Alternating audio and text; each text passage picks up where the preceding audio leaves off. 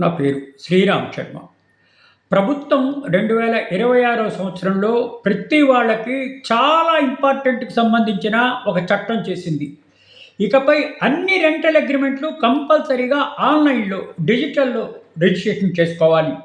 మీ టెనెంటు మధ్య, మీ మధ్య ఇట్లా రెంటల్ అగ్రీమెంట్ ఉంటే కంపల్సరీగా ఆన్‌లైన్‌లో, డిజిటల్‌లో రిజిస్ట్రేషన్ తీసుకోవాలి.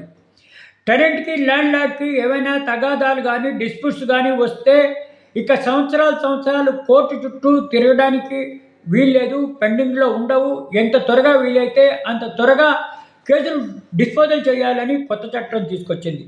చాలా ఫాస్ట్‌గా డిస్ప్యూట్లు సెటిల్ చేయడానికి కొత్త చట్టం తెచ్చింది. ఈ రూల్స్‌ని ఇన్ఫర్మేషన్ టెక్నాలజీ ప్రొఫెషనల్స్‌ని మనసులో పెట్టుకుని చేయడం జరిగింది అని అనిపిస్తోంది.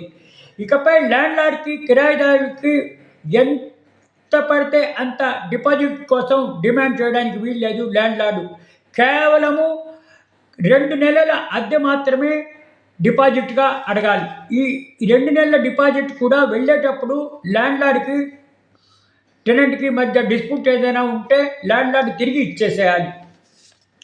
ఈ కొత్త